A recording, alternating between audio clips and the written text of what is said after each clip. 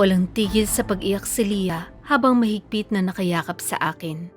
Hindi ko alam kung paano magre-react at kung anong sasabihin. Alam ko lang, hindi ako dapat mag-aksaya ng oras. Umuwi ako kina Lola kahit wala sa plano para lang makita at makausap si Christina. Gusto kong makita mismo ng dalawang mga mata ko at marinig mula sa kanya na masaya na siya sa piling ng napangasawa niya. Sa tulong ng pinsan ko, nakita ko uli si Christina after almost a year. Sa lugar kung saan una ko siyang nakita, nasa lighthouse na siya nang dumating ako ron. Mula sa malayo ay tinitigan ko ang nakatalikod na figure niya.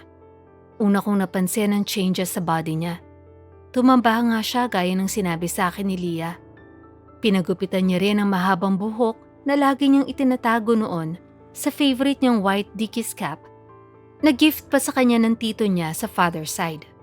Hindi na rin boyish ang forma niya. Bagay naman sa kanyang suot niyang dress. Mas nasanay lang siguro ako sa dating outfit niya. Natulala akong bigla pagkaalala sa mga bagong revelasyon ni Leah.